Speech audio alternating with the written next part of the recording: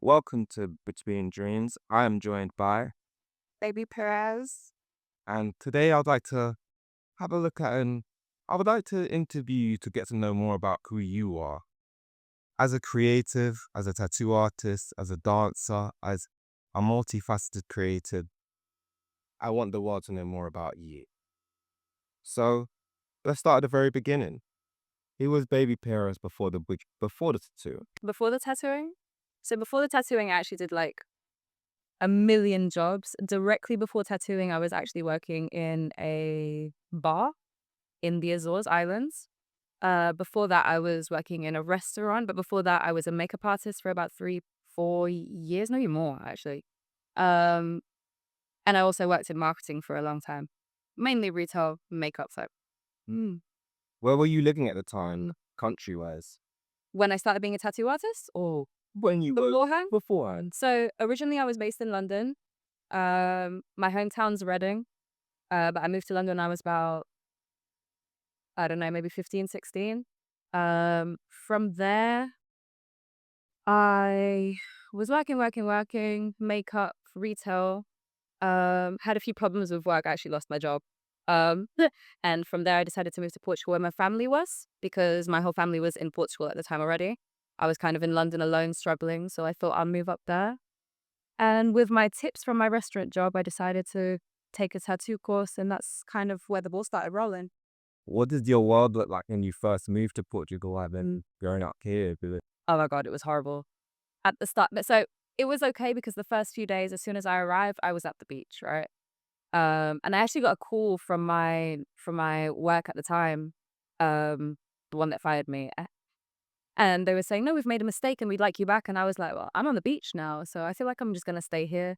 And the first bit, my ego quite enjoyed the whole change of country, change of scenery. And then after a while, it started to hit me that like all of my friends were far. I didn't know the city as well as like I thought I did. I was very much thrown into living kind of like a tourist, I would say, for the first 2 years. And I think with COVID, um, when COVID hit, I even explored even less. And that's kind of where the tattoo thing really started solidifying because I was at home alone with a lot of time to practice. Yeah. Well, then why tattooing out of the all the creative things you could do with your art? What called you to tattooing? So actually, the tattooing thing actually started really soon. So it started in secondary school. I actually did my work experience in a tattoo shop. Um, That was mainly to rebel against my dad, I'll be real. I was studying art and design at the time, and I was going in the fine arts direction. Um, and they said that we could do our own final project. Now, I don't wanna be cocky, but I was very, very good at art, and I was taking full marks and stuff, so I had a good relationship with my GCSE art teacher at the time. And I remember that the theme that everyone was doing was sound and light, and I was like, "It's a bit boring.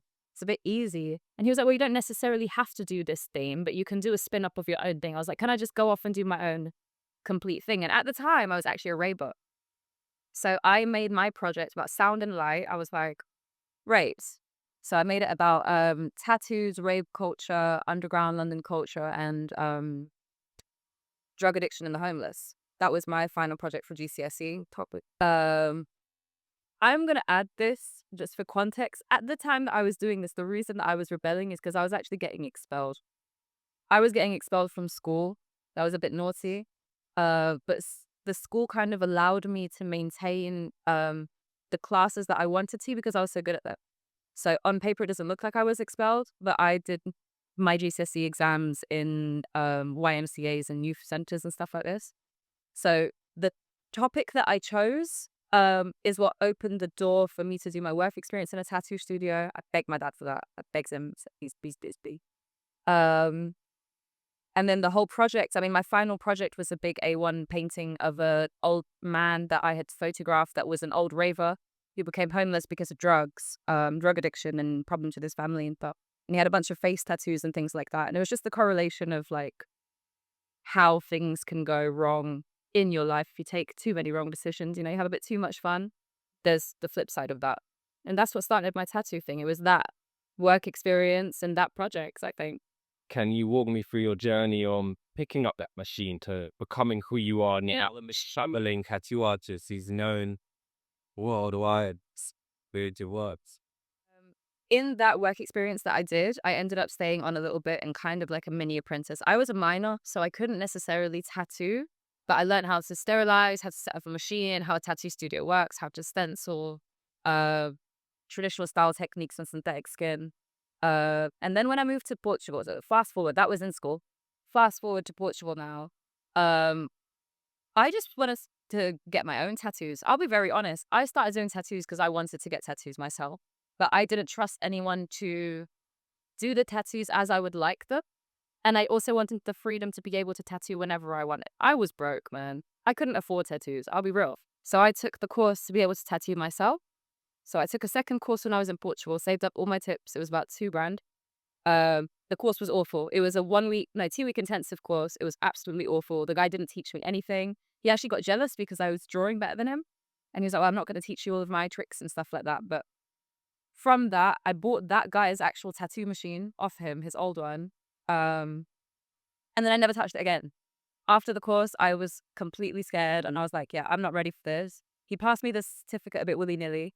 Uh, and I didn't think about it again for a very long time. I was working in a restaurant, working in bars, um, and then COVID hit. And when I was in COVID, I was actually in a bar in the Açores, really far away. And the lockdown hit and we had to like flee the country kind of thing. Um, in that time when I was working in the bar, with those tips that I was earning, I was planning to invest that in my tattoo stuff. Because even though I wasn't thinking about it, it was still something in the back of my head that I wanted to explore. I didn't necessarily ever think that it would be something I do for work, but it was something that Passion of yours. yeah, it was just kind of a passion and a bit of a curiosity. I think I never really took it seriously. I know that sounds ridiculous, but I never really thought I'm going to be a tattoo artist. I just knew that I was investing. I guess it was a hyperfixation at the time. So I was like, yeah, I'm just going to take these courses, learn these things, learn as much as possible. I did a lot of YouTube studying. Um, and how did I get into traveling? So in COVID, this is kind of how it happened. In COVID, lockdown, I've flown back to Portugal from the bar. I'm in an apartment with my mum doing quarantine because they didn't trust that I didn't have anything from the bar. So they put me and my mum in a separate apartment. And I happened to bring my tattoo material with me and my machine. And I was like, after day whatever it was, 17 or something, I just got really bored. And I was like, Mum, I think I'm going to just start practicing. She's like, okay, okay. I started on synthetics then. I got quite good at that. And then I was like, I think I'm going to tattoo myself. And my mum was like, are you sure? She was my moral support though. She let me do it. It was this butterfly. I don't know if you guys can see it. Because you see it? Maybe I'll stand up. It's easier. Yeah. That was my first butterfly. Um, this took me like 6 hours. This would have taken me like 20 minutes nowadays. Um, and from there, I actually had one of my good friends over. I tattooed her as well. She was fully tattooed. I was really nervous because she had expectations and she was obviously experienced. And then from there, it was just like my housemate then wanted a tattoo. My housemate, who's my cousin, he then wanted a tattoo. And then his friends, and then his friends of friends, and friends of friends of friends. There's a kind of calling by people calling. Do you know what it was? I didn't think I was ready, but my friends kept on saying, yeah, you've got, you're tattooing my friend tomorrow at 2 p.m. And I was like, How else do you get ready what? by doing, I would, if I had waited for myself to be ready to be a tattoo artist, I don't think I ever would have actually made it a career. Well, that's a key lesson, isn't it? I really like listen to your friends, guys. Yeah. Listen to your friends, honestly. Or at least listen to the friends that want the best for you. See you do the state that maybe you don't believe in yourself in, but they see it for you. They saw it way before I did. Yeah. Way before I did. Yeah. That first mentor that you bought the tattoo artist that you bought the gun from, you wouldn't necessarily say he was a mentor, would you? Or It was definitely not a mentor. I've only in a weird way, he kind of scared you from it. It was you're introduced you and scared you. He introduced me and scared me and showed me the reality of what the tattoo community is often like, which is a lot of people don't want to like share their tips and tricks. And a lot of people are very scared of like if they share their secrets or the tattoo secrets that the tattoo community is gonna get like exploited or it's gonna get like destroyed. Which is silly because tattoos have to kind of be taught. as much as you can learn from yourself, if you don't have someone to learn from or fundamentals, it's like any other like craft.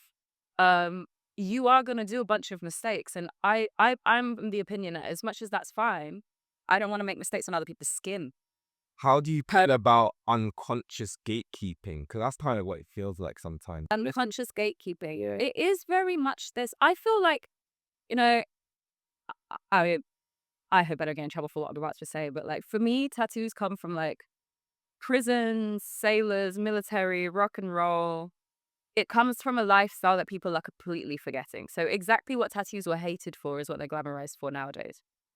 In that many sub styles have come out with tattoos. So we have from traditional style and Japanese style, we have now got fine line, we've got realism, Chicano, um, tribal, sigil. We've got so many different neo traditional, so many different types of styles. And I think where things started going wrong is where the accessibility to just be able to buy a tattoo machine and call yourself a tattoo artist because you are a good designer or you can draw.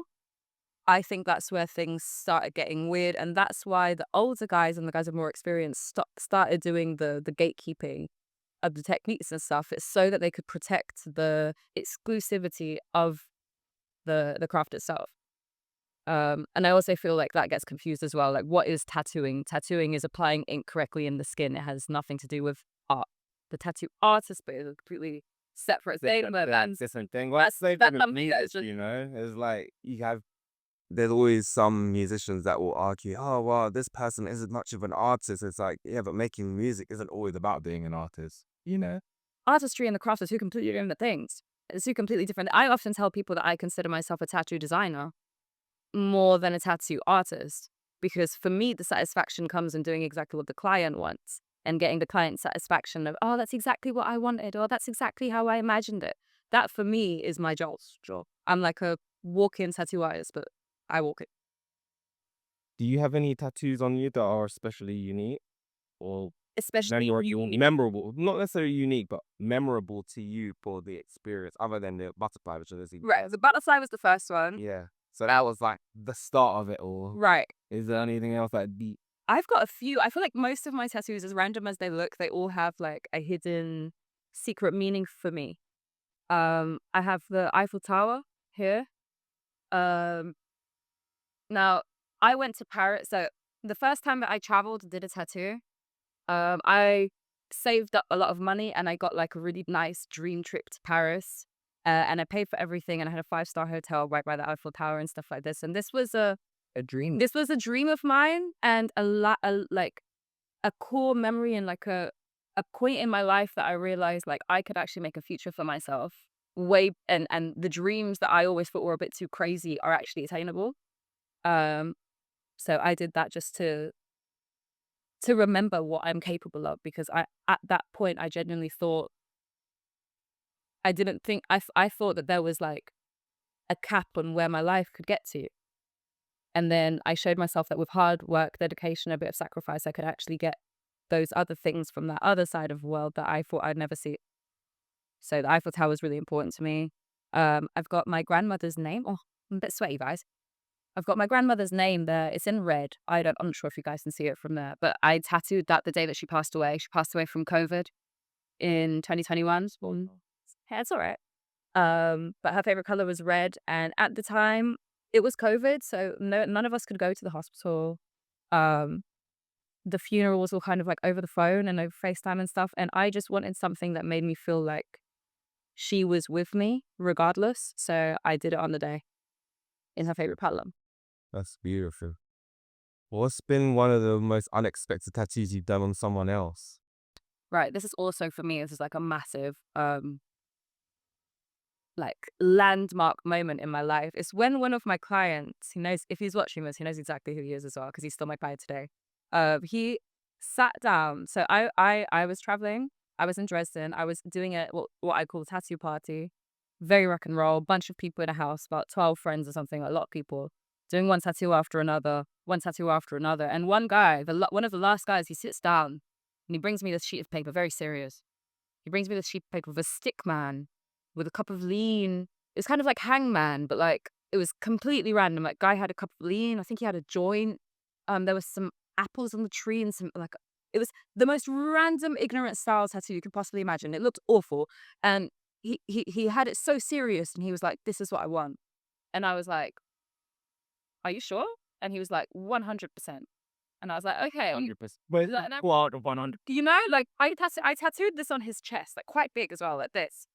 And in this moment, I just thought to myself, like, God damn, I could really make some money with this stuff because people don't really give a damn. Like, people don't really. People want what they want. I thought, I'm going to have to be doing these amazing artworks constantly and consistently. And then people are paying me like quite a bit of money to just do some really silly stuff. Um, and that for me was the most random tattoo I've ever done. To this day, nothing's ever beat that tattoo. I have one other that's a bit weird, but yeah, to this day, that was like iconic. I'll try and get a picture of that so you can show it. Describe the full experience of a client coming to you, kind of from contact to healing. Because I feel like with you, it's more It's a just completely different experience to a yeah, non-classes. it's the aftercare and the prior care and the knowledge of customer service. And to me, these are all the elements that make you such a strong candidate, as well as your tattoo designing acumen. Yeah, to describe to me the full process. The full process. So someone technical, well, usually people message me on social media. I don't know if I'm allowed to say the app's name. But usually people message me on social media. From there, I will ask them kind of what their budget is, what they're thinking of doing, and if they I have a lot of different types of clients. I have some clients that know exactly what they want, and they're asking me for they've already shown me the reference and they, this and that. And then I've got other clients that just want to get tatted and just love me, and they have no clue and they don't give a damn, and that's fine with me also. The processes between these two clients are very different. The people that just want to get tatted, I generally would suggest like pack deals, so they can do more than one tattoo in one session. For the people that already know what they want, I just price it from there, and then it also depends on what country I'm in, because if I'm in Portugal, I'll be in the studio. That's normal, I'd send the studio address, people come to meet me in the studio, I tattoo them there, all good. Um, when I am traveling, it's very different because I come to the client's house. So I will ask them for their address. I'll ask them if I'm welcome to come in their home, and if they have a corner that I can, um, sanitize and, use as my tattoo station for the evening. Um, so from there, I'll arrive at the client's house, for example. I will clean what I have to clean, cover everything with plastic, and I will ask my client what they want me to draw. Now, most tattoo artists, they draw everything beforehand. I draw everything in the session because for me, that's far more comfortable. It might take a little bit longer. You might have to wait for me to draw, but for me, it's more comfortable because I can't think of anything more scary than me spending 16 hours doing a design for you to arrive and you hate it and you're scared to tell me that you don't like it. So I'd rather draw it with the client with me so they can tell me, oh, I don't like this, I don't like that, I want it more like this, I want it more like that. They're showing me photos from Pinterest and things like this as I go. That for me makes much more sense. Yeah. For me as a tattoo designer. Well, it's a very boutique experience as well, because you're customizing what they want to their dream as you're doing Yeah. it as well. I mean, a lot of people say that it's much more like custom. In my head, I think it's more rock and roll. For me, it's just more like, yeah, let's just get it done. Roll is okay. Rock and like Being free with custom home being free. And I feel like I mean, of course I do my own flash and I do my own designs that I've done prior and stuff, but I genuinely don't find it as fun. I have to be honest. Even realism, I have clients that have come to me for realism tattoos, and I have done the stencil like 50 minutes before the session. I'm not proud of that. I don't recommend that, but it's something that I'm capable of and I'm comfortable doing, and my clients love it. My it clients, shows your patella, yeah. It shows your patella. It shows you not just quickly downloaded something or off borrowing off someone else's work. yeah, don't get me wrong. If you come to me with a reference that's already done and you tell me I want this, Yeah, that's a different story. I'll That's skip that's to it. But fulfilling your tattoo job. yeah, People want what they want. yeah, They're not here exactly, shoehorning. 100%. Oh, I only want to do my designs on you. I only want to do my designs on you because towards their own people. At the end of the day, you can't really control that. What's the biggest thing tattooing has taught you about people and about yourself? More people need help. than what you'd think. Mm. I think a lot of people get tattoos as a form of therapy, um, in two ways, maybe three. One way is, of course, it's kind of like when you go to your barbers, I would assume, your tattoo artist does become your therapist. Your secret's are safe with me, guys. Everyone tells me all their business. I literally keep it to myself. I haven't shared anything. And a lot of my clients are friends of friends. I have people that are cheating on each other that I tattoo. I know everyone's business and I just keep it to myself. I think a lot of people just want someone to talk to who doesn't necessarily have like an actual connection to their life.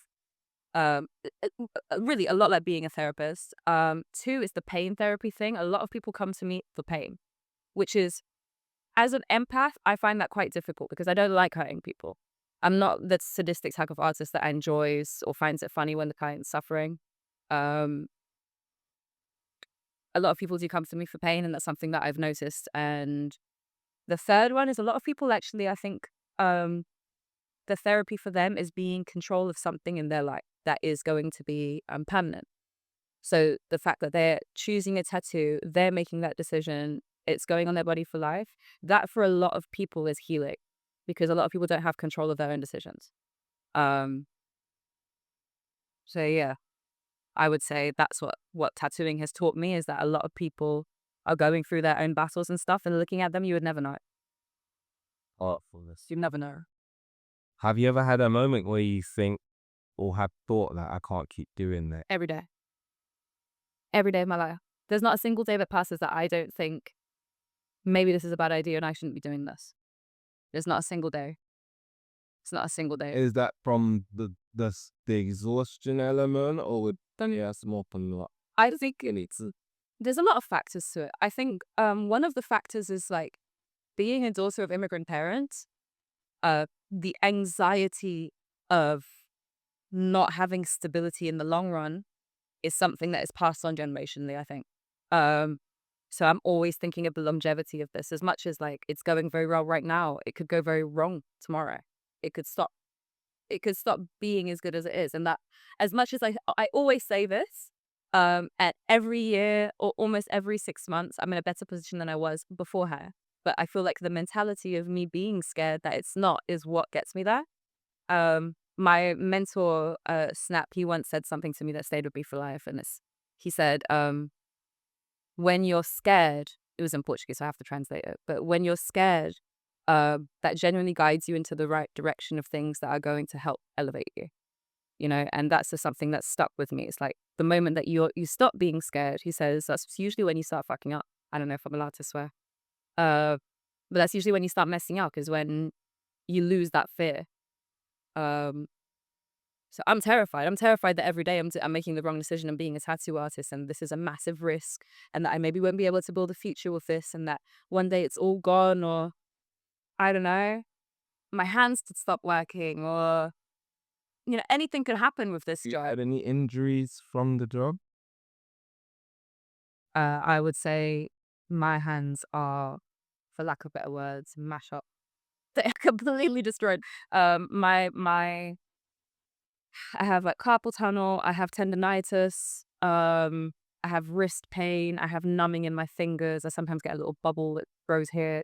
My neck has like got a lot of strain in it, and I've got like nodules that come out. Like, being a tattoo artist is hardcore for the body, man. But I feel like that's my own fault for overworking, because most tattoo artists, they get to a certain point and then they only tattoo like 3 days a week, and I don't do that. I don't do that. That's the way you do have to take time for your body to heal, because the vibrations, the dulness, the pressure, it's the chilling around with all the equipment on your shoulder, for a lot. Yeah, it's a lot. It's a lot. It's a lot. I feel like the traveling aspect of me going around all the bags, rock and roll, going to people's houses with my studio on my back is definitely like, eventually it will take a toll on me. But for now, I can keep going. Yeah. For now, I've got this. What's changed in the way you see art since you started doing the tattooing and traveling and kind of making a life from? I didn't realize that you could actually make a future with art, because my parents have, well, immigrant parents. It's typical. Anyone who's an artist who doesn't, well, my parents are actually quite supportive. Saying that, they've always supported me and been behind me on the thing. But growing up, when I was studying arts and I didn't know what I wanted to be or do with art, my whole family was like, um, that's not going to get you anywhere. You should probably study medicine or, you know, be a teacher or, something more normal. Um, but it's taught me that actually the arts can, get you some bank, man. I didn't realize that you could make so much money with arts. That if I did come to that realization sooner, I probably would have reaped the benefits of it much earlier in my life. Um, I also another thing that I like learned with arts over time is this is gonna sound absolutely horrible, but most of the artists that you look up to have copied someone else somewhere. Because I was out here thinking I'm the worst artist in the world because I often have lack of inspiration and I need to look for references. Um, I can draw from my head also, but I often have like just like blanks. Um, and I remember being in the studio being like, oh, like I'm just the worst artist ever. People come up with all these amazing designs, and it takes me so much longer, and the procrastination and the maybe the ADHD and all these things. And my boss was just like, chill out, man. You're never gonna invent something new. Everything's been done already. And I was like, shit, that's so true. Like I never thought about it like that, and that really relaxed me, to be honest. That's a good way of looking at it. I think that's the same way go a lot of the creative industries, you know. There's nothing new under the sun at this point in time, but the meaning, the feeling, everything you can kind of give to people in Person behind it. yeah, yeah, that and the culmination of influences. I think it's really cool where, you know, you see it a lot in, say, the Japanese manga industry. So where other people will say a lot of the new shows couldn't have existed if it wasn't If it was some 100%. It's super prevalent within art more so than a lot of other things. yeah, Where 100%. it's less visible. With art, you can directly see the correlations, influences, and how that can then influence a whole new generation. It's so funny you say that because my favorite tattoo artist is an artist that a lot of people hate. Sailor Jerry. I love his work. A lot of people hate him because he copied a lot of things from like the countries that he visited in the time. He's an artist from way back in the day. I'm talking like World War I to World War II times. Um, and he was just I don't know. I just like the way his designs look, but a lot of people hate him because he took a lot of things from different cultures and um he maybe had copy pasted a few people's designs and just changed a few things. But I just think he's cool. I think the story behind him is cool. Also, he just used to travel the world and just pick up different art forms and pick up different women and draw them and make tattoos of it and make flashes of that. And he's one of the pioneers of the flash tattoos, where you have a bunch of set designs that are already done and they're ready to just go stick and go. And I think he's absolutely amazing, and he's one of my biggest inspirations. But half the tattoo industry can't stand him. That's really cool. Well, yeah, I'm gonna look into it. I want to see. I've never heard of him, but Sailor Jerry, you have seen his work a million times. In fact, when he died, who took over his store was Ed Hardy. okay. A lot of people hate him too, but you guys can do your own research about that. Oh, so it's a breaky good end. Yeah, no problem. You've already told me about you moving to Portugal, and you've spoken about the shift emotionally. What was the shift like financially as you first started to work out there? Oh my God. So Portugal is actually an LEDC. So it's the economy is really low. The country is very corrupt.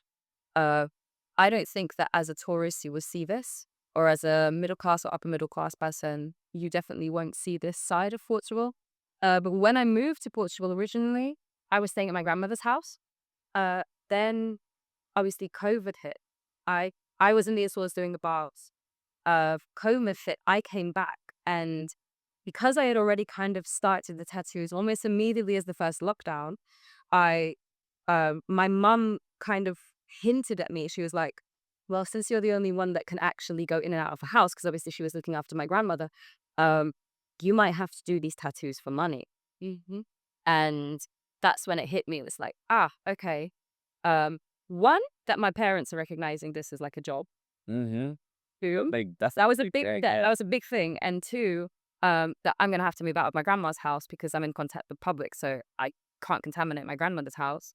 Um, so it's a double-edged sword because for me it was like a yay, but then because rent is so expensive in Portugal, um, I then started renting a actual shed in my cousin's favela house. So we were all it was three cousins. It's me, Yara, and Kamal, and we all rent. Well, they already had the house, and I joined. And we're talking like real favela life, guys. Like hardcore stuff. The come up is serious. The come up She's is really this. I don't. I yeah. This is I don't touch on that often. people talk about making it out and things like that, but you know, it's a real thing moving into the favelas in a shed and Ye- hustling your way up and out. It's like London, first world country. I didn't realize how privileged I was. Even though I was, when I was in London, I was sharing a room with my mom and sharing a room with my best mate. I was also a bit, you know, life wasn't easy in London, but I didn't realize how privileged I was until I moved to Portugal. And I'm like, wow, like, people here have it really hard. Saying that, if I didn't start doing the tattoo so soon, I wouldn't be able to afford my life in the favela, let alone in normal Portugal. So tattoos kind of saved my ass, I would say. Where was the first place you tattooed outside of Portugal? Dresden, Dresden, Germany, yeah. Dresden, Germany. So my cousin, housemate that I spoke of, Gamal, he actually his family's from Mozambique. He basically grew up in Portugal, but he also grew up a big part of his life in Germany. He grew up in Germany. He went to school in Germany. He can't stand it there. So he moved back to Portugal. He was working in Portugal, living with us. Um, but when COVID came, some things happened, some complications happened, and it was time for him to go back, shall we say. But he didn't want to go. He really didn't want to go. So I was like, bro, like if I come with you, will it make it easier? He was like, yeah. So I was like, okay, cool, I came. Yeah, you do what you do for family, right? This is the same friend that made my tattoo business. He's the friend that pushed me. He was the first person that I tattooed ever. He's the person that started booking me clients with his friends. And he's also the person that took me to Germany, which 100% changed my life.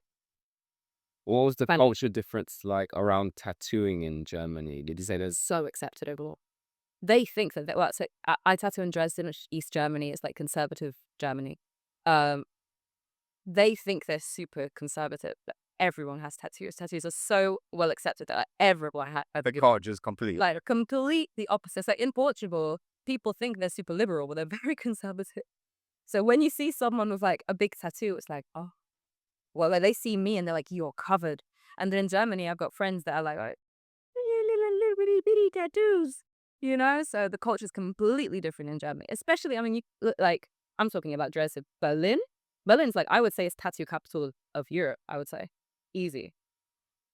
Maybe Italy, but Would you ever work in a shop out in Berlin? so it's not that I wouldn't.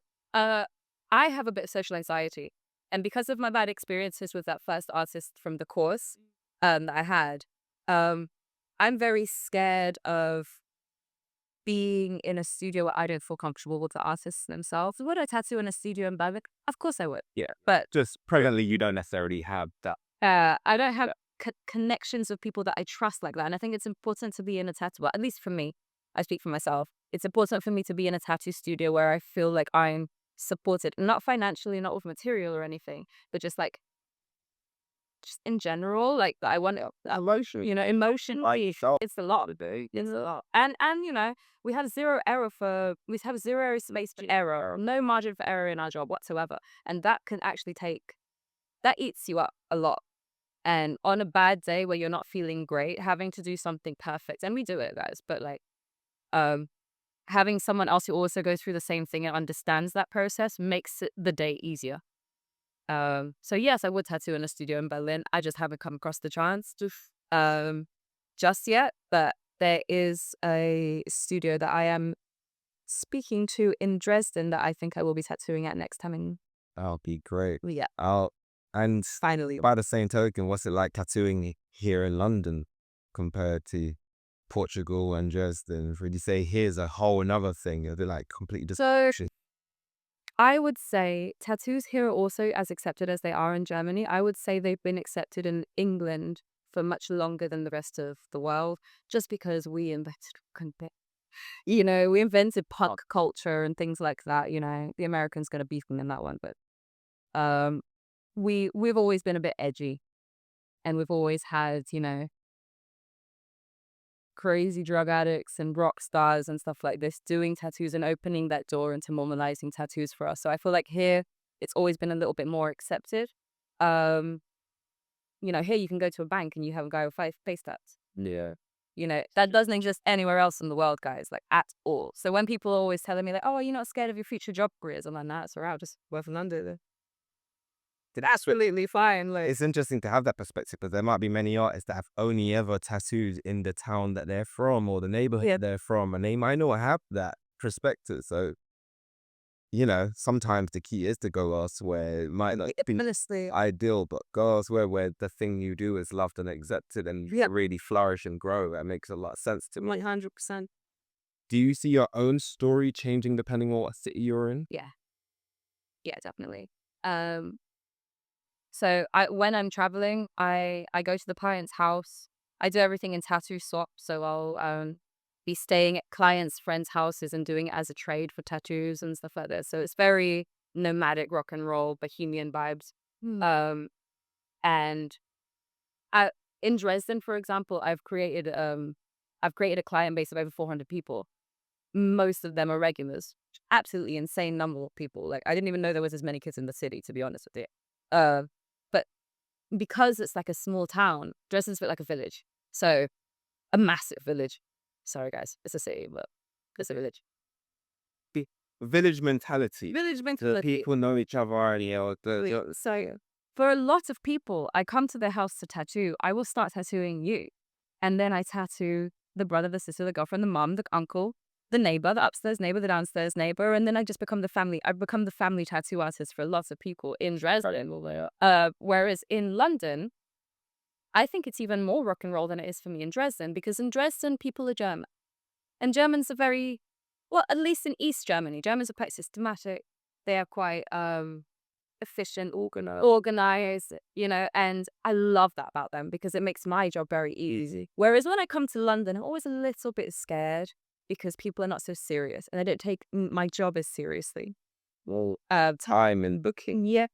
There's one trip that I did to London that I had to cancel because I got pre-bookings for everyone, I got deposits from everyone, and then all 10 of my clients cancelled just the night before or the night before. yeah, And it's like, being viable. it stopped being viable. And the excuses that people give me is that they went out on a party the night before, forgot that they shouldn't spend the money, and just things like this that I'm like, guys, like, it's just ridiculous. So I stopped coming to London for a long time because of that. Within that, I think in that time that I was away, which was maybe like 3-4 years, um, I got much better at tattooing. And now I think everyone that was following me on Instagram and is following the journey is in actually, we want you back, please come back. So this time that I've come to London, just first time I've been back. It's the first time I've been properly back, I would say, in like over 7 years.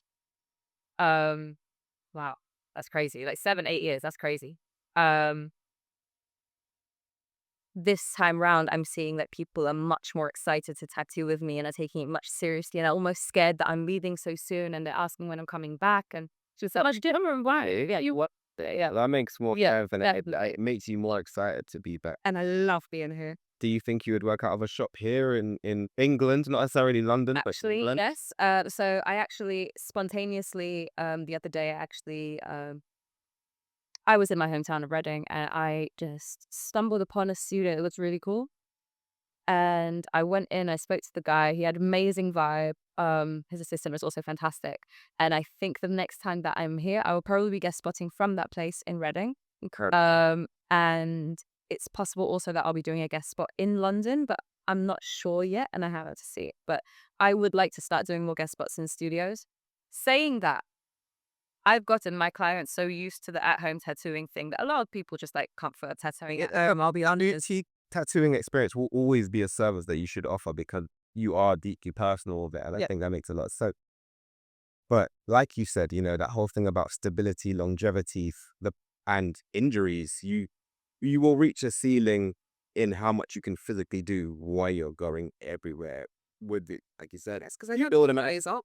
if you build another 400 people here, then USP, yeah, you logistically can't manage that. And what would that look like? Do you think you'd ever put together your own shop? So you get Jerusalem. The dream would always be to open my own tattoo studio, and barbershop, I would say. That's all. Tattoo studio, barbershop with, you know, this is all hypothetically speaking because life, in this economy, you can only dream. But I would love to have a tattoo studio, cross barbershop with an open space that people can rent out to do their own thing. Um, that would be the dream, and have a much of guest spot chairs where people can just like rent the space, permanent makeup, lash techs, everything. I would like to just make it a space where people can come and work, not necessarily just for tattoos or for barbering, but just anyone who needs a space and is good at what they do. I would love to have a safe space. That's just that you enjoy and That's take exactly. that fully and allow it to be a full way of managing things in here. I would also, I've always said that I would love to open a tattoo school. It's not something that is certainly exists, or if it does, I think that's a really cool idea, like having me and a few other tattoo artists or tattooers that are really good at the craft and are happy to teach. Um, Even putting on master classes, yeah, take special artist teachers you really love, getting them to come in and getting guest lectures, guest I would love guest to. to I part. would love to, because, like I said, I had a really bad experience with the tattoo course that I saved up to Vapor. And that just solidified something in my head, which is like, if I ever teach, I'm going to teach everything that I've got. And that's how I learned everything from my mentor, Snap. Like, he taught me everything that he knows without any fears of me taking his clients or anything like that. You just love everybody. That's for everybody. And that's why talent should always be shared and not held hostage. We could better than that for everybody. 100%. And it's easier to build with someone that knows everything you do than it is to do it on your own. Like, people forget that element because everyone's very much Even I holding was on themselves. that way, but like the first 2, 3, I mean, I've only been in the studio for a year. And if, the way that I got into that studio, it wasn't me asking them, like, it was, so I don't know if you guys can see this, but there's this tattoo on my leg. And this was my friend Zuzi. She did this for me. She was doing a tattoo course with Snap, my mentor, in the office tattoo studio, which I tattoo at now. I was just the model. I was just there getting a free tattoo from my friend who was practicing, and Snap was teaching. But we actually hit it off really well. And then I got along really well with his wife, who's the manager of the studio. And, I never thought that in my head until the day, actually, my machine broke in the middle of a tattoo. And the only people that I knew that had tattoo machines were them. So I asked to use their machine. They said, "Yeah, no, come by. You can use our setup, all good." They didn't ask me for any money, but I left them like a note with a €20. It was just like, just to say thank. Generous. It was Just be generous. It was just, I was on a manners like bit at the time. yeah. I couldn't offer much more than that. Um, and then they just sent me a really nice thank you message to that. And then months later, I'm in Dresden in the struggle in the blistering winds and scorching deserts. Like honestly, like I had a Dresden trip, which was it just sucked. One, it was snowing like intensely for like the best part of a month. Must have been difficult. That all of the tram stops and stuff were in construction. There's no Uber in Dresden, so either you pay a 30 quid taxi or you're walking, mate. Like, that was it. My machine got stolen on this trip. Uh, I lost a bit of money. I had client cancellations constant. It was just like the horrors. It was like the worst possible work trip that I could think of. It was that trip. Uh, and in that trip, randomly, few days after I lost my machine, I got a text from the guys at the studio being like, "Hey, when you're done with, um, I'm not gonna say what they said because it's offensive, but when you're done with Germany, um, we would love if you could be a resident at our tattoo studio here." And that I just bawled, I cried so much because it was just like, finally, I've been recognized. People see it, and I'm not just doing this like, yeah, in vain. Because at one point, I was just thinking, what am I really doing this for? Because I'm struggling. And that's it. It's hard to have achievable goals sometimes when it's not as and then everywhere is yeah, that is not as clear set though. Sometimes it just takes someone seeing you and noticing the hard work you've put in and really acknowledging it to really just give you that push and okay, I'm doing the right thing. Yeah, it's not always sunshine or rainbows, but yeah, I am between my dreams. So yeah, remember to what you said earlier about, you can only dream in London. Equally so, with Paris, you saw, oh wait, I can achieve these things. So really all it is a game plan and trying to act on it, hoping for the best. Life is gonna throw you chaos, but you gotta just try to work around it and do your best to still get to what you want your goal to be, you know? Oh. Yeah, no, I'm proud of you for that, bro. When you traveling around, do people call you different names? So my name changes from every country that I'm in because my clients just decide how they say it and I just roll with it. So I would call myself Baby Perez. Me and my dad, and my auntie, we say Perez in English. In Portuguese, it's Pires. Pirish? In Spanish, it's Perez. What? Um, I like the Spanish one. Yeah. It's sexy. In Germany, it's Pires. So they say Baby Pires. Like everyone's probably gonna like, and if any of them are watching this, they're thinking, "Well, we've been saying it wrong for 5 years," but it's fine. Like I just accept that. Like for me, it just changes from every country that I'm in. It's just got a bit of a twang to it, but I like it. I like it. I like baby. I like the one they call me Baby Pires. I've never corrected anymore. I think it's cool. The vibe, you know. Yeah, It's the vibe. I get Zane, Jane, Jonathan, Zane. I've had a whole I think it's out there. I've had it all and I never prep people either. I just let them run of it. Yeah, but I love that they're willing did that. But how do you keep yourself grounded whilst being consistently in the move? And sleeping in different islands and being in different spaces. I mean, I'll be really honest. I think it's the on the move that doesn't keep me grounded at all. And I think if I had grounded myself to anything, I wouldn't be able to do it. I think if I was locked in into one, like in a, I have to be very open minded about my job and how I have made this work for myself, which is the traveling and spontaneously going to clients and spontaneous tattoos, spontaneous sessions with spontaneous people. Uh, if I start grounding things, that starts to creep me. Makes you less like It makes me less likely to be able to do it in that no, way. because you'll be around you won't be around a different client types or debate time zones and a different thing is that you start to restrict yourself based Yeah. on saying I'll only do this thing. So yeah, no, I agree with that. And that I understand that perspective. that's another reason why I love being able to work at the office tattoo studio is because they give me the freedom to travel. So they're like, yeah, when you're here, you're here, and when I'm there, I'm based. That's me locked in the studio. I don't leave. But when I travel, they allow me to like go make your money, go do what you have to do because I don't want to ever lose the clients that I built up. I built up such an amazing client base in two countries, Germany and in England. And I don't want to lose that, no matter where I am. So I will always keep back and have to keep not have to, but I quite enjoy the way that I do it for now. And I think until I've got kids, I'll probably keep doing it. To be honest, I feel like it's a story. Okay, please. My mom says she can imagine I see why I have a baby. Yeah, why else you stuck you? Once you have a car next to you, you should just bring around. Yeah, doing my driving license this year. Yes, no more trams. No. But you said, it's the rock and roll element. Sometimes it's not about having a car. I still see you doing this stuff, even if you had a car, because you're just the lifestyle. But this might be a bit easier in between. That's what it is. Okay, let's go beyond tattooing. Because I know you have a love for dance. Yeah. You have recently started getting into acting. Yeah, and you use your body as a medium as a whole, both in terms of art and artistic expression. Let's talk about dance. How did dance become something you actually practiced as opposed to just had a love for? So dance is something that has always been present in my life. My mom's also a dance teacher, an internationally recognized dance teacher. Um, but I have danced since I was very young. It's also cultural.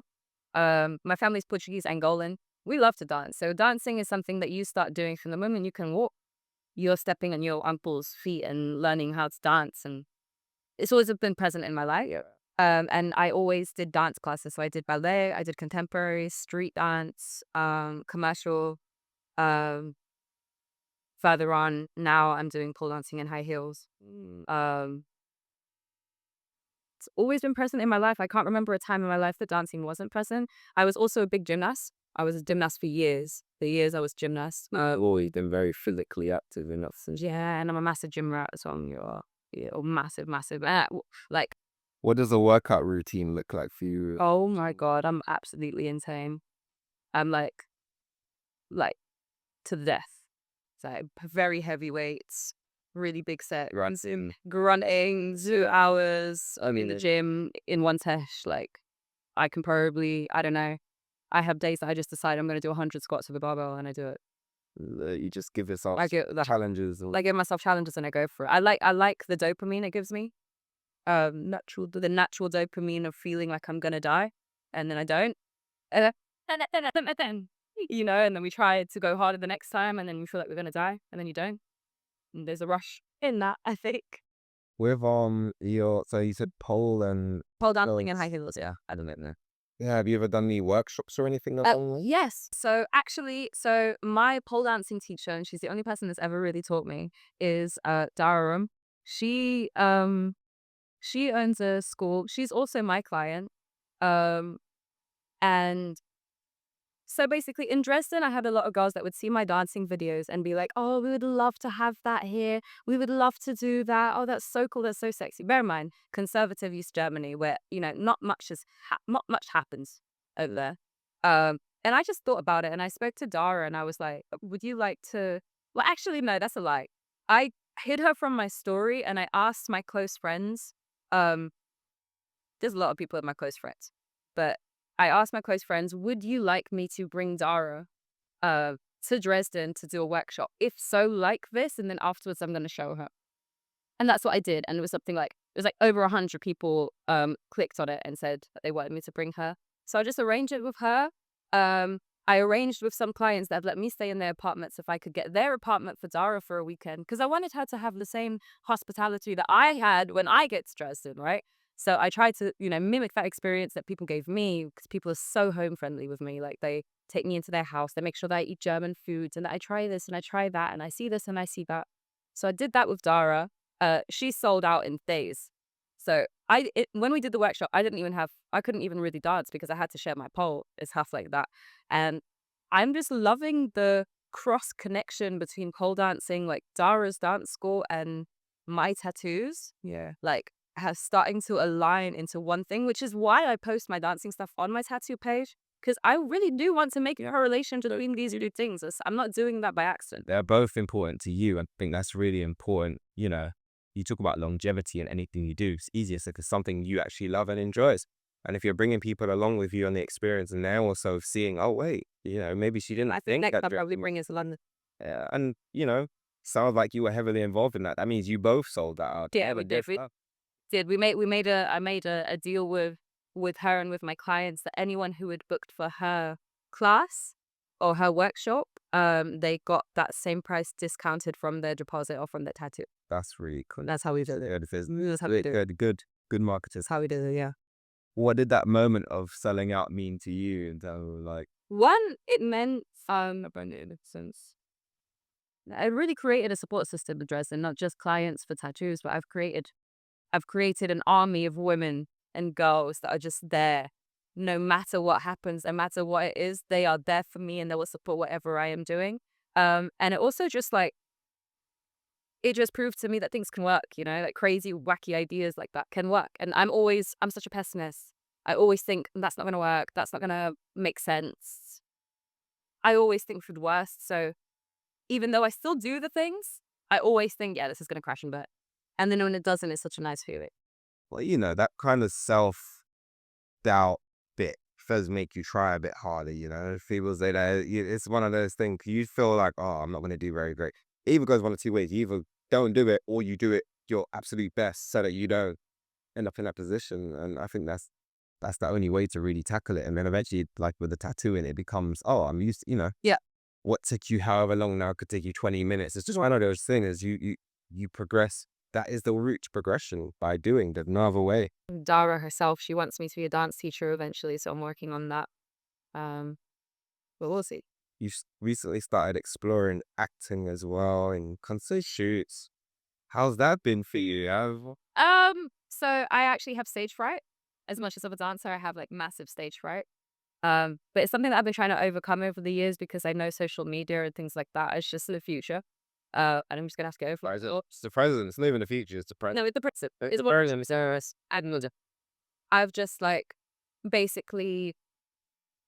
So the acting thing, it was actually my friend Rasheen, who she's a movie director. She's a music video director and director. That she kind of was like, oh, she's also my client, and she was like, oh, I have this role and I think you'd be perfect for it. And I was gonna be like, no. And then she was like, it's paid. I was like, okay. I used to. I could be I could be interested in that. It was a few zeros there. I was like, okay. So I did it, and I didn't realize that I was going to be one of the main people in the video. I don't. So she told me you're going to be the sexy mechanic, the sexy gay mechanic in the background. I was like, I could do that.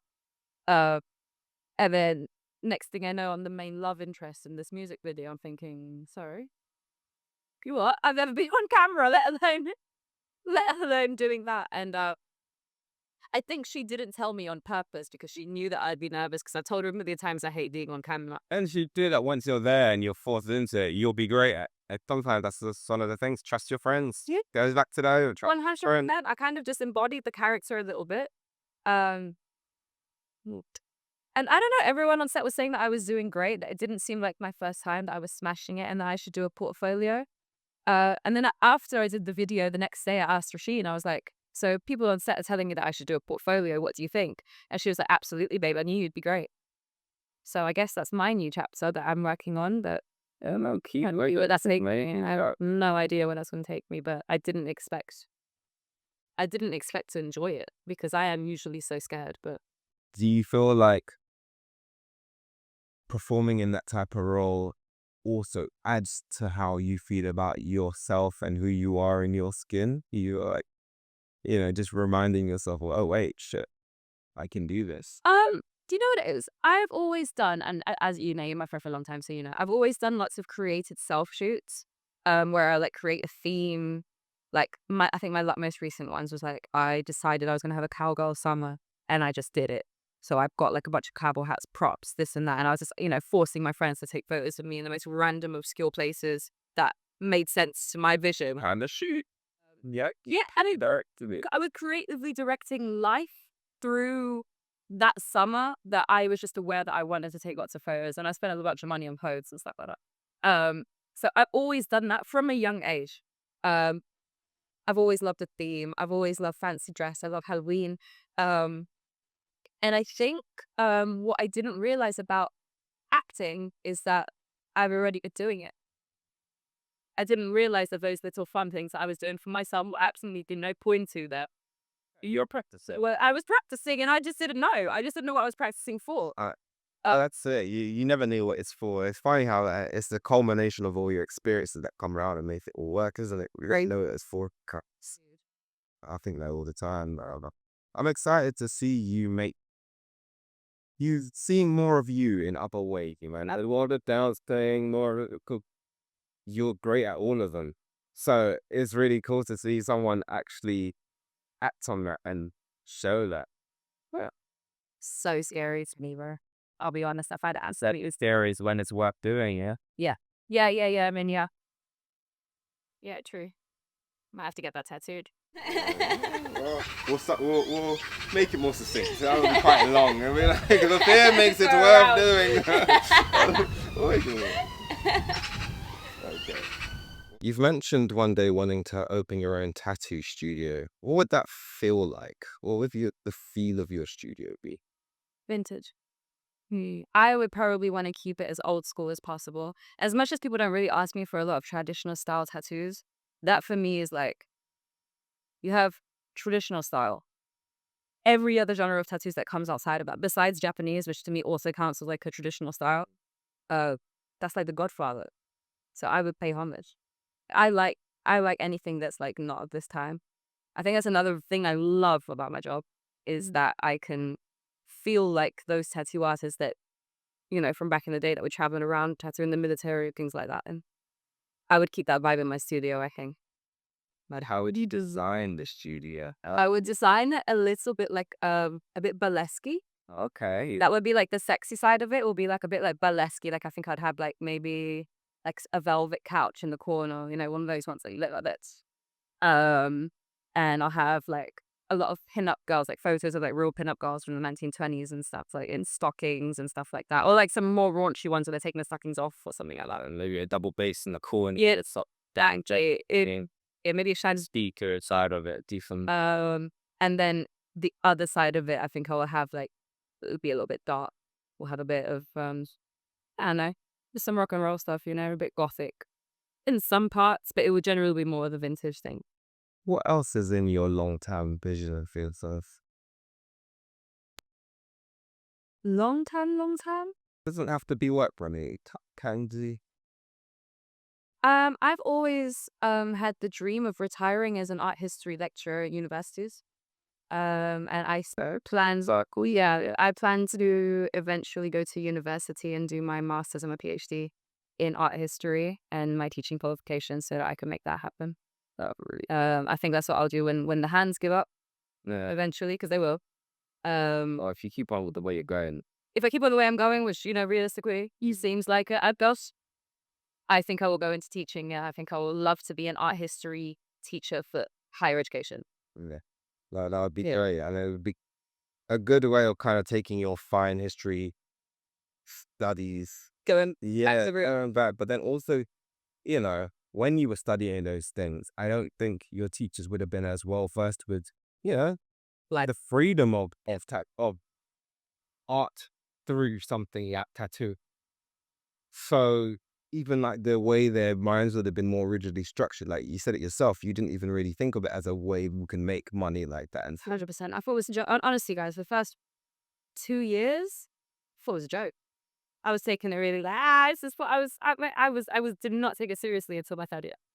would you ever do like a permanent makeup line? Yeah. So, I am, that's my next, tattoo chapter right now is I am, starting to do permanent makeup courses and learning how to do, eyebrows, freckles, cheeks, lips, um, I guess hairs also. Um, and from that, eventually I would also, because even though I haven't even started, I think I'll be very good at it because one, I was a makeup artist for years before I was a tattoo artist. Two, I can draw realism. So, drawing an eyebrow is an eyebrow. You know what I mean? Like, so I think I'll be pretty good at it. And my idea is to eventually teach that. And as well as opening starting my own line of tattoo inks, materials, and permanent makeup stuff. Um, that also would tie into the tattoo school concept that I had. I would like to become like, you know, one of those teachers with a little microphone, doing master classes and stuff like that. I think so. Yeah, and then in that, I will have You'll be my own the coolest materials. teacher ever. I would hope so. Yeah, and you'll have your students being like, "Oh, did you know that shit?" Did Yeah, you they know wanna, she used to be a yeah, tattoo yeah, yeah, artist? She used yeah. to There'll go be all of to that. clients' houses, I see and that now for you. she's driving a Lamborghini. Yeah, I see you. I've been pull up to your lectures, Lambo style, Lambo. I see that for you. What's something else you're working on even now? Could be internal, doesn't have to just be again. It honestly, um, I'm gonna be honest. I started making a type of money that I never thought I would make before with this tattoo stuff. The best part of 5 years, I've been in a financially much more comfortable position than I ever have in the rest of my life. And uh, what I've learned from that, what I'm trying to learn from that, is to learn to be selfish with it because a lot of people have taken advantage of that. Friends, family, just people in general. I feel like I often the ripples of my past and traumas past and past relationships, toxic relationships, things like that. My instinct is always to put others first, but there comes a point where you have to realize that putting so many people before yourself, you've left yourself last. And I'm trying to get myself out of that pole now and realize that maybe it's okay to be. My mom's always said that I need to be more selfish.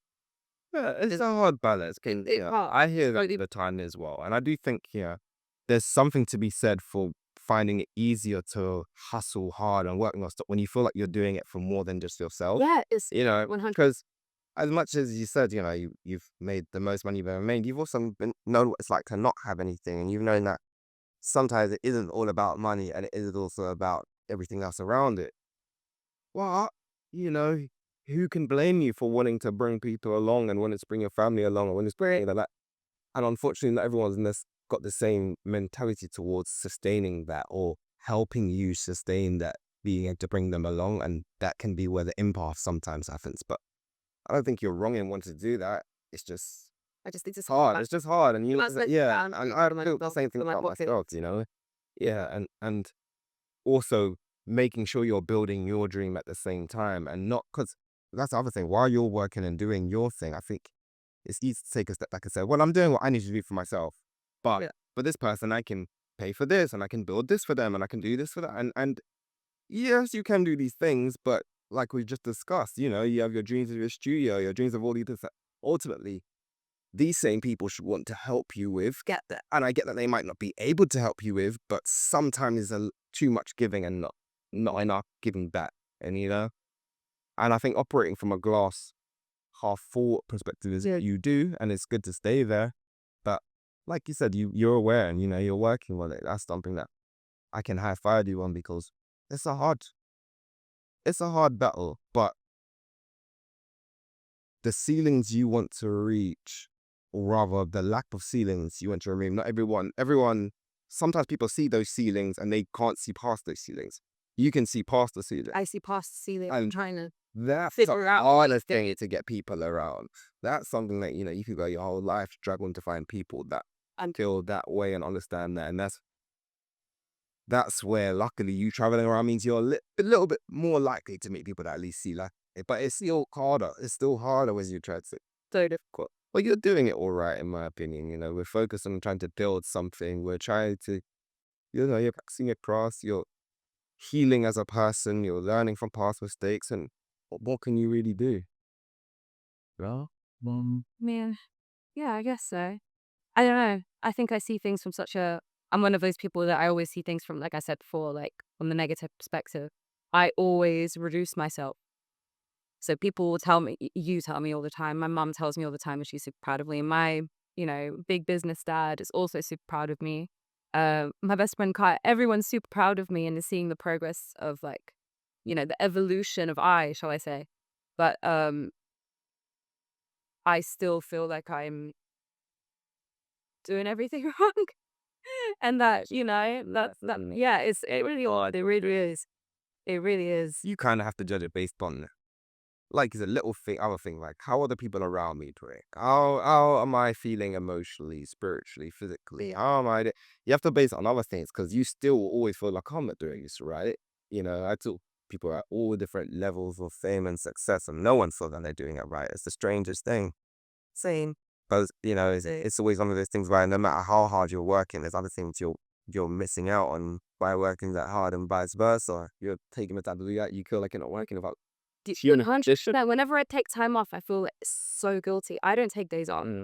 Um, I don't take days off when I'm doing The problem with that is when you then stop, you'll then God shut. mash up. Yeah, your body shuts down because there's no regulation. Same way that you wouldn't train 7 days in a row every week. No, you don't But rest day. Yeah. but your brain would work. You can sometimes conflate that and give you thinking, like, I'm the same way. It's not healthy. Uh, I don't it's not recommend it. I don't exactly. recommend it.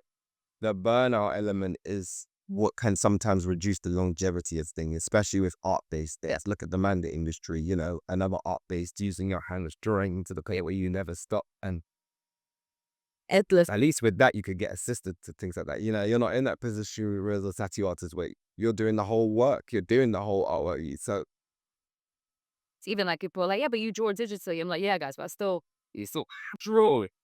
did it. And then you start a tattoo onto them, which will take hours. And And it's even things like the tattooing. Like no one told me that the tattoo hand that will hurt more is not the hand you tattoo with. It's the one that holds paper and stretches the skin. I have much more. I have much more strength in my left hand now from this.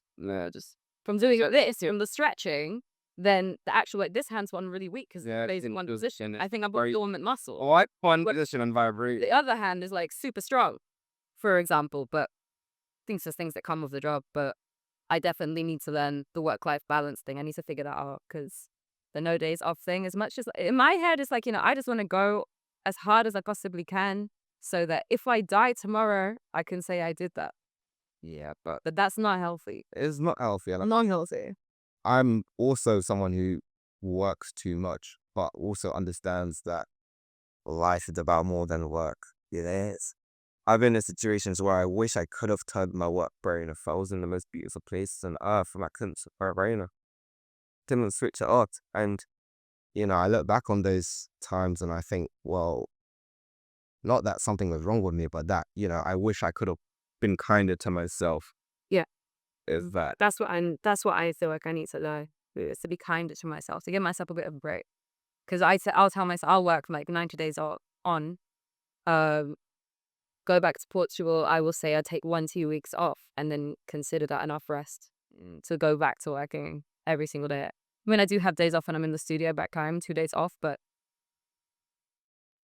in if you compare the time that I have in the studio where everything is going well and I have rest times and this and that, if you count the times I'm traveling where it's 90 days on, no days off, no rest, no nothing, traveling with bags, which add up to like 15, 17 kilos on my back every single day.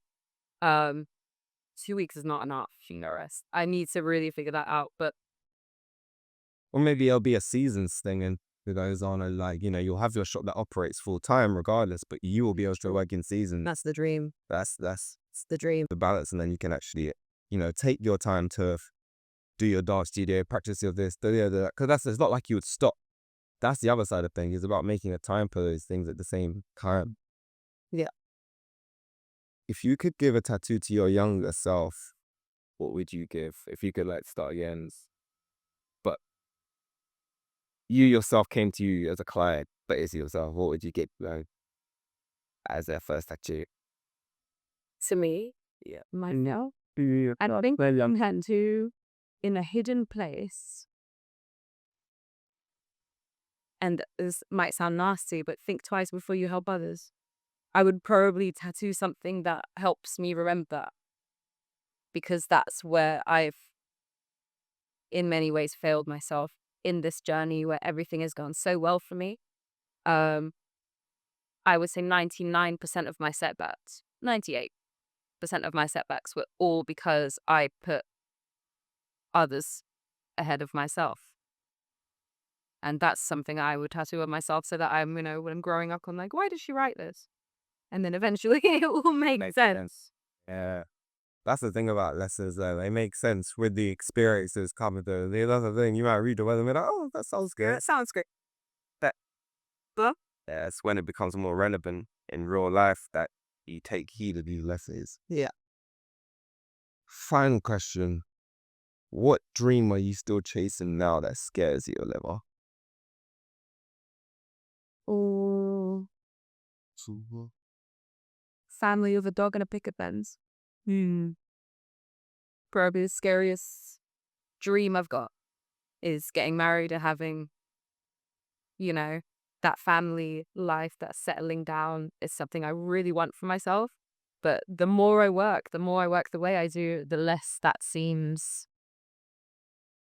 achievable, attainable, or acceptable for a partner. You know what I mean? So I think that for me is probably the scariest. Like that I got, because does that mean no rock and roll? I mean, No. rock and roll can mean many things. I think there's definitely been a shift with understanding that you can do both. Yeah. You can still live a bit of that rough and roll life and bring your family with you and do not all the time, but there's times when it's That's it. applicable, and there's times where like making the space again by having that kind of scheduling where you have time to yourself to do the fire stuff, but you still have all these things going on. They can be running around the shop and seeing things, And I guess, like there's nothing is scoffing that as a long term goal, but it is scary, and I understand that it's in this. At the same time, it's letting someone else into the dream that you're trying to sell and hoping that they're actually their dream too. Yeah, just you convincing them that this is something you should do. I think for me also, it's a case of like eventually finding someone that has their own goals and aspirations that also keeps them as busy as I am, Yeah, you're for me. You're doing a whole other thing. Yeah, It's not often that you find people like, that are trying. like us. People like us, they're just a little bit workaholic and, accepting that, accept the burnout, accept the travel, accept the sacrifice, accepting And not making the it hard art to do those things. the dream. Not making it harder for you to do those things. Like, Yeah, like rather than amazing and helping and loving and not pushing me. That's what you oh, need. that's very hard. It's hard and scary to think about that, like where do you find that? Yeah, But we will. yeah. We will. That's it. It's Definitely. I think while we're still defining our dreams as well, it's harder to necessarily get with that because everyone is defining their dreams, but our dreams are slightly bigger and might take slightly longer. And we'll have less of a head start at the end of the day. Definitely. And I think also it's a case of like I'm a very spiritual person. I get it from my mom. I think that the universe is really just like, not putting those people in our paths yet because it's just not timed. Meaning share with the rose to be focusing on ourselves and figuring it out right now. And then when we have, maybe then the right person, our forever person might show up. I don't know. I don't know. I think the whole concept of right people and forever people just depends on how the people show up and respond to, because things change, for everyone. That's true. So like That's true. people can show up in that first year or two or three, but then like they might fall off, and that's not, you know, I liken it to getting on a train. Like sometimes you get on a train at the first stop and like you and I might get on at the same time and you might need to get off and then Yeah. you might need to switch lines, and not everyone's gonna stay on that line till the end of the train with you, but it doesn't change the fact that Times like they got on the train. yeah, yeah, I'm crying, and that's sometimes, when we're beating ourselves up about how we may have handled things in the past in certain relationships, it's important to remember that too, that the only reason we're doing that is because we had those situations at the beginning. We could have been sitting here going, "Oh, well, actually, I closed myself off for 7, 8 years or what," and now I regret the fact that I've been working my arse off and I didn't, give myself a chance to have love or anything like that. And we talk about living a full life. It's both. It's both things. It's taking that time for yourself, taking the time to have memories, and yeah, sometimes it sucks when those memories become a lot harder to deal with, and you just throw yourself into work so you don't have to think about it in the process. But all in all, I think Story of my life. yeah, it is part of the journey. It's part of the story, and you just hope that I think that's the key thing. Rather than hoping for a forever person, you hope for someone that wants to do the journey. Yeah. That's Yeah. 100%. Yeah. That's definitely it. That's nail on the head. oh, thank you for your time. I really appreciate it. Thank you for giving me times to tell the story. Oh, you're incredible, and I'm excited to see all of your dreams become actualized reality, and in a lot shorter period of time than you think it's going to be. But this is another situation of your friends seeing things for you before you do, Oh right? yeah, hope so. You get there. I think the same to you. I'm very proud of you, man. Proud of you, man. Woo. It's been over 10 years, Miss. Well, thank you, darling. Appreciate it. Yeah. I heard that.